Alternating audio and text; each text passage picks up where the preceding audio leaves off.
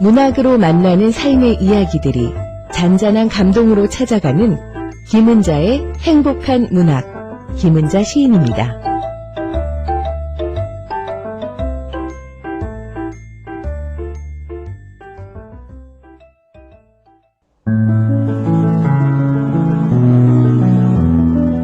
김은자의 행복한 문학.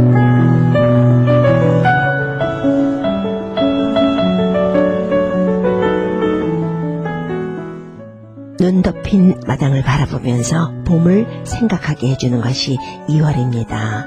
그래서 아름답고요. 눈 내리고 추워도 희망이 생기고 꿈을 꾸는 달이 2월이라는 얘기죠. 2월은 눈 내리고 아무리 추워도 희망이 생기고 꿈을 꾸는 달이기도 합니다. 아직은 춥지만 어느새 약간 해가 일찍 뜨고 또 약간 늦게 지는 것 같기도 한데요.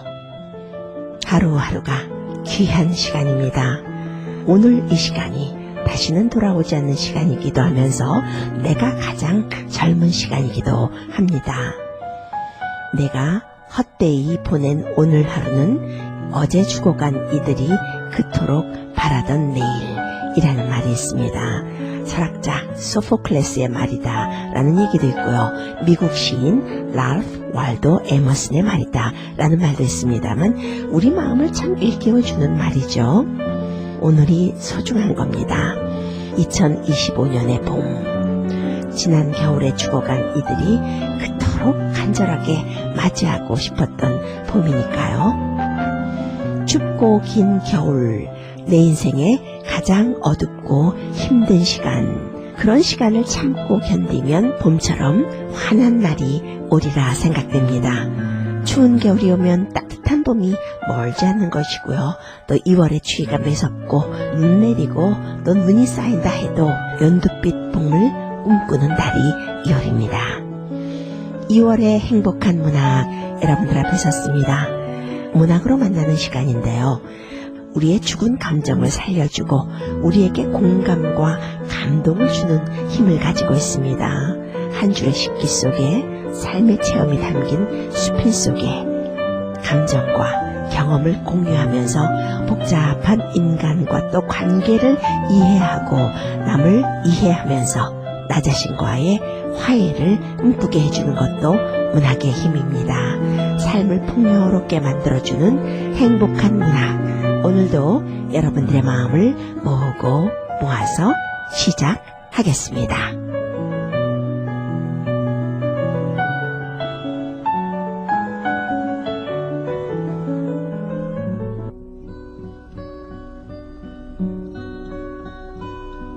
눈부신 아침 햇살에 산과들 눈뜰 때 그 맑은 시냇 물 따라 내 마음도 흐르네.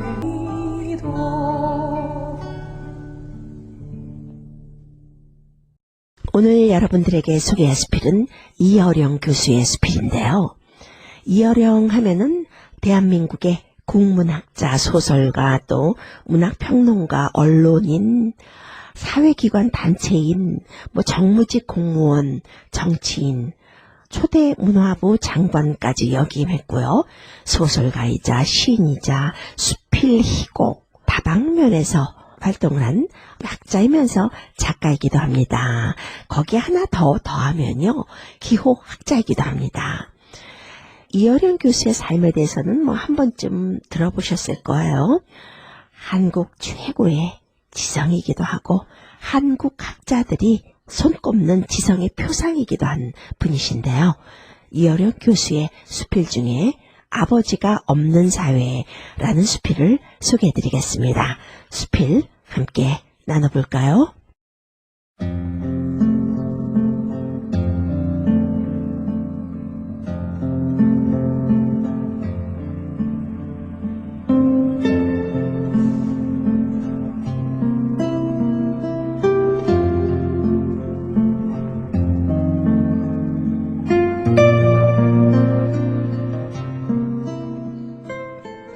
골프장에서 일어난 일이라고 했다.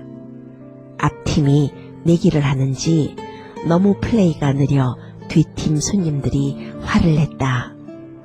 대체 뭐하는 사람들이야? 형제들이래요.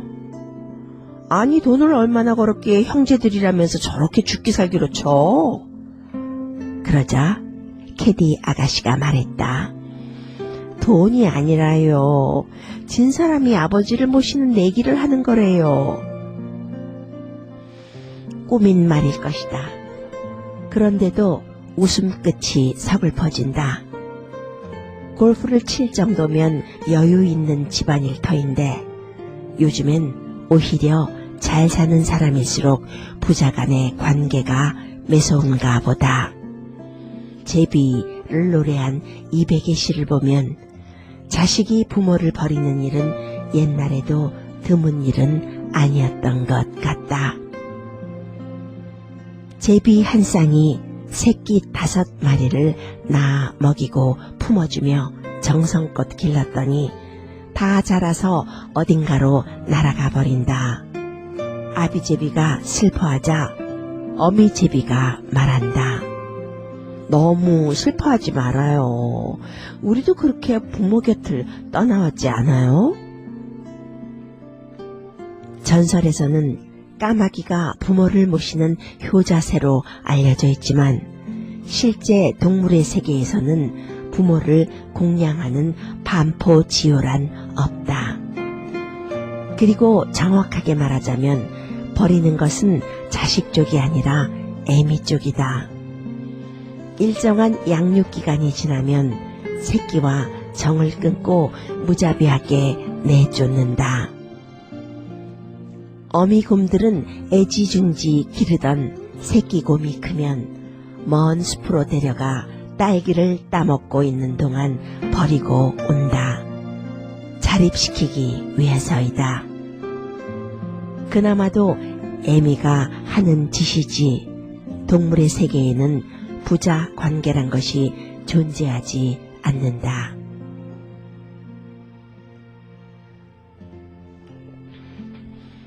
다른 동물과 마찬가지로 자기 몸으로 자식을 낳아 기르는 어머니와는 달리 아버지와 자식의 관계는 애매하다. 혈액형이나 유전자 감식을 통하지 않고서는 생물학적으로 증명할 길이 없다. 그래서 모자 관계가 본능적인 것이라면 부자 관계는 문화적인 것이라고 한다. 인류학자는 인간이 인간다운 것은 그리고 인간만이 본능에 의존하지 않고 문화를 창조하게 된 것은 부자 관계의 특수성에서 비롯된 것이라고 풀이한다. 아버지의 성을 따르는 법률적 장치나 가부장적인 가족 제도 같은 것들이 모두 그렇다. 동물 중에서 가장 미숙한 채로 태어나는 것이 바로 인간이다. 다른 짐승들은 태어나자마자 걸어다니고 제 힘으로 먹이를 구한다. 그에 비해서 인간은 태어나서 1년이 지나야 겨우 일어서서 걸음마를 배우고 최소 3년이 지나야 제대로 숟가락질을 한다. 그렇기 때문에 어머니는 혼자서 아이를 키울 수가 없다. 누군가가 옆에서 도와주지 않으면 살아남지 못한다. 인간의 미숙 출산 때문에 다른 짐승에는 없는 부자 관계가 생겨난 것이라는 해석이 그렇게 황당한 것은 아닌 것 같다. 그러니 라캉의 정의대로 부, 모, 자의 가족 삼각형의 독특한 인간의 문화적 조건과 환경이 나타나게 된다. 그러고 보면 아버지를 뜻하는 부자가 도끼의 부자와 비슷하게 생긴 한자의 유래를 알 것 같다. 부자는 남자가 두 손에 도끼를 들고 서 있는 현상을 본떠서 만든 상형자라고 한다. 어머니 모자가 가슴에 있는 두 젖꼭지 모양을 표시한 것처럼 어머니는 자식에게 젖을 먹여 기르고 아버지는 도끼로 먹을 것을 잡기도 하고 침입자를 막아 처자식을 보호한다. 선사시대의 남성은 여성보다 몸집이 배나 컸다고 한다. 남자의 힘, 도끼를 든 손이 바로 문명과 문화의 기점이다. 그러나 시대가 바뀌면서 오이디푸스의 아버지 죽이기 신화, 부권이 약해지면 아버지 부재와 아버지 찾기의 사회가 나타나기 시작한다. 바로 우리가 살고 있는 현대 문명과 그 문화의 특성이다. 아버지 지휘의 붕괴와 괴를 같이하여 나타난 것이 프란시스 후쿠야마의 말대로 문명의 대붕괴 현상이다. 숭배할 영웅이 없는 시대, 아버지가 더 이상 아이들의 모델이 될 수 없는 아버지 부재의 사회이다. 한국식 육두문자로 말하자면 현대인들은 모두 애비 없는 홀의 자식과 다름없는 셈이다. 문화라는 학습을 거부한 무서운 10대들의 범죄가 세계적인 문제로 떠오르고 있다. 장콕도의 앙팡 테리블, 무서운 아이들이나 제임스 딘의 이유 없는 반항은 이미 고전이 되고 말았다. 요즘 미국 소년원에서 조사한 앙케트에는 유난히도 아버지에 대한 의견들이 많다고 한다. 그 중에는 되는 것과 안 되는 것을 일찍부터 가르쳐주지 못한 아버지에 대한 원망, 그리고 뜻밖에도 힘있는 아버지상을 요구하는 목소리도 많다. 부성의 원리가 지배하는 사회와 문화는 어떤 것인가? 그것은 결코 폭력적인 것을 의미하는 것이 아니다. 아버지는 아내와 자식을 위해서 밖에서 사냥을 한다. 그때 만약 아버지에게 자제심이 없었다면 자신이 사냥한 먹이를 사자나 늑대처럼 그 자리에서 다 먹어치웠을 것이다. 그러나 인간은, 아버지는 그렇게 하지 않았다. 허기를 참고 사냥한 먹이를 가지고 집으로 돌아온다. 가족과 함께 음식을 나눠 먹는 즐거움과 행복을 알고 있기 때문이다. 한마디로 아버지의 원리는 억제, 참을성과 동조, 함께하는 것의 원리다. 눈앞에 있는 고깃덩이에 불타는 식욕을 억제하는 힘은 바로 따뜻한 동굴 속에서 식구와 함께 식사하는 행복의 환상에서 온다. 상상력이 식욕의 불꽃을 잠재운다. 슬픈 일이다. 억제와 동조, 그리고 군침을 씻어주는 행복한 상상력이 공동 환상의 부자 관계를 이루면 인간은 모든 것을 잃게 된다. 가부장 제도를 지키라는 시대착오자의 넋두리가 아니다. 다만 이 시대의 가장 큰 명제 가운데 하나가 부자 관계의 회복이다. 저 많은 퇴직자들은 머리 깎인 삼손이다. 하루하루의 시간은 그가 돌리는 무서운 연자방아다. 그때 우리는 듣는다. 다시 분노의 도끼를 내리치는 팔뚝의 노래를 듣는다. 나의 손에는 도끼가 있다. 25만 년 전 아프리카에서 처음 호모사피엔스가 태어날 때 그들의 손에 들려 있었던 최초의 돌도끼.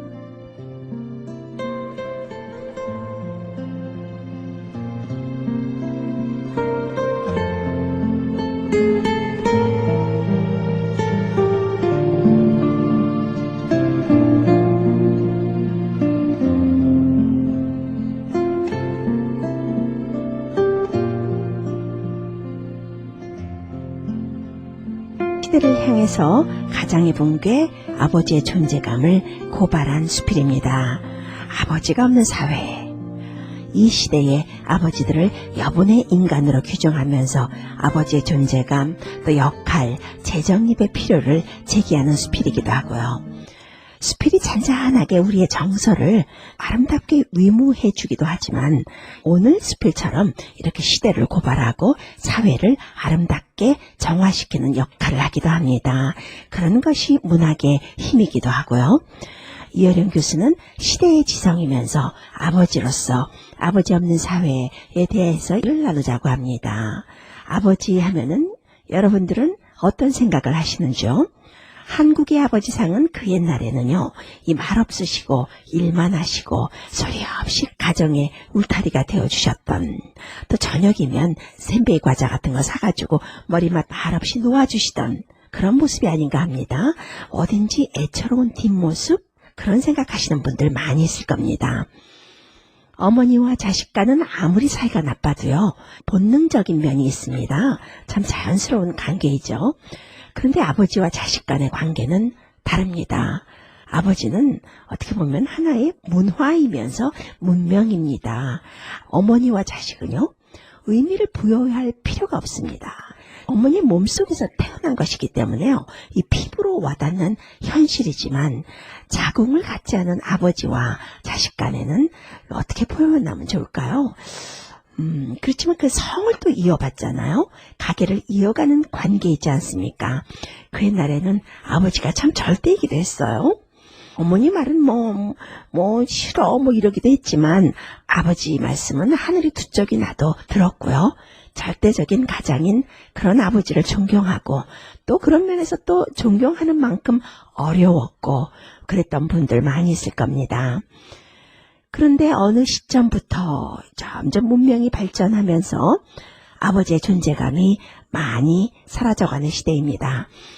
시대가 요구하는 아버지상도 많이 달라졌어요. 요즘은 친구 같은 아버지가 좋은 아버지다라는 말이 있습니다. 아버지는 생각해보면요, 사회 공동체에서 권위이면서 어떤 질서이기도 합니다. 이어령 교수는 그런 면에서 요즘 시대를 아버지 없는 사회다라고 말하고 있습니다. 아버지는 분명 살아있지만요, 여분의 인간 같은 존재로 추락했다라고 말하고 있죠. 아버지를 날이 무딘 도끼에 빗대어서 말했는데요. 아이고, 참 소름이 끼칠 정도로 강력한 직유입니다. 이어령 수필가는 부자, 한자에서 부자 있죠. 부자는 남자가 두 손에 도끼를 들고 서 있는 현상을 본떠서 만든 상형 문자라고 하면서요, 본인의 손에는 아직도 도끼가 들려있다고 합니다. 25만 년 전 아프리카에서 처음 호모사피엔스가 태어날 때 그들의 손에 들려 있었던 최초의 돌도끼가 들려 있다고 말하면서 글을 맺습니다. 작가가 말하고 있는 것은요, 이 부성의 원리가 지배하는 사회와 문화에 대해서 사냥을 해도 먹지 않고 허기를 참고 가족들을 위해서 꾹 참고 이 사냥한 것을 들고 들어왔던 가장의 모습을 떠올리게 합니다. 말하고 있습니다. 가족과 함께 음식을 나눠 먹는 즐거움과 행복을 알고 있기 때문이라고 그렇게 말하고 있죠. 그러면서 한마디로 아버지의 원리는 억제, 참을성, 동조, 함께하는 것이라고 말하고 있습니다. 그러게요. 정말 참고 가족의 모든 헌신을 다하고 함께하려고 애썼는데 이렇게 어떻게 보면 소외되는 것이 요즘의 아버지가 아닌가 하는 생각도 들고요. 날이 무딘 도끼라도 아버지가 잡고 있으면 천둥 번개도 두렵지가 않잖아요. 그 무서운 동물을 만났을 때도요, 또 음흉한 약탈자들을 만났을 때도 아버지가 있으면 세상에 두려울 것 하나 없습니다. 자식들에게 끊임없이 헌신하고 돌보는 아버지의 모습, 그런 아버지를 우리가 좀 존경해 줄 필요가 있는데요.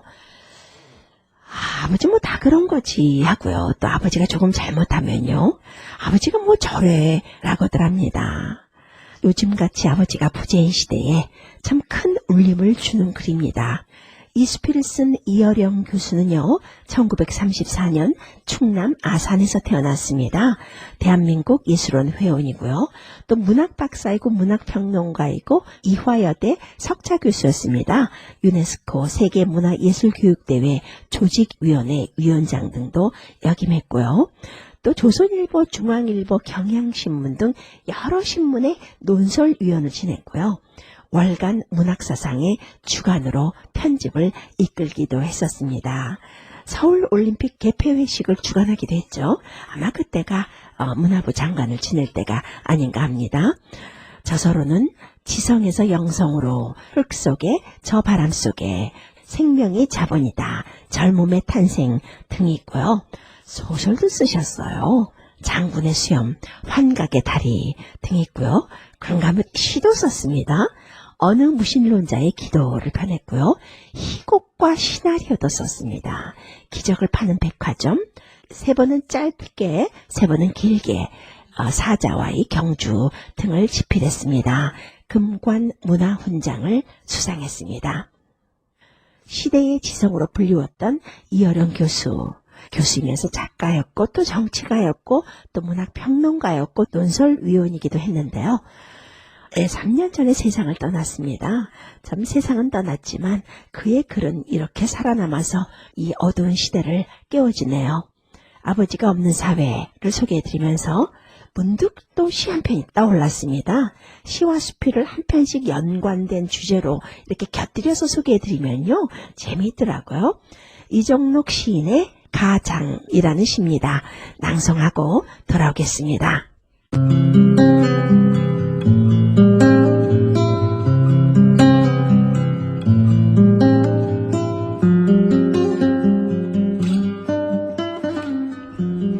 가장 이정록. 높은 데다 꾸역꾸역 몸 올려놓지 마라.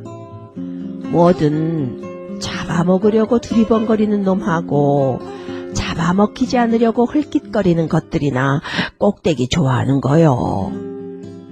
상록 회장의 이장만 안 했어도 10년은 더 사셨을 거다. 대통령한테 마을 밤나무 단지 하사금 타내려다가 시비가 붙어 코뼈가 가라앉는 것도 책임 떠맡은 죄 때문이 아니냐. 남자는 가장 하나만으로도 허리가 휘고 그늘 벗을 날 없는겨. 된장, 고추장 빼고는 숫째, 간도 보지 마라. 가장 힘들어서 가장인 거요.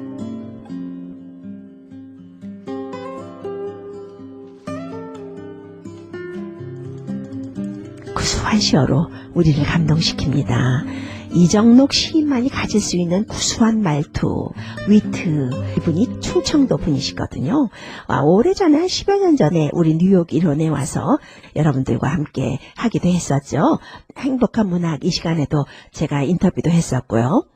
사람도 얼마나 좋은지 모릅니다. 어머니에게는 아무리 나이를 먹어도 아들은 걱정스럽죠. 70 먹은 아들에게 90 먹은 어머니가 얘 행길 건널 때 조심해라 라고 말한다잖아요. 어머니가 아들에게 다 이르고 있는데요. 한 구절 한 구절이 감동이네요.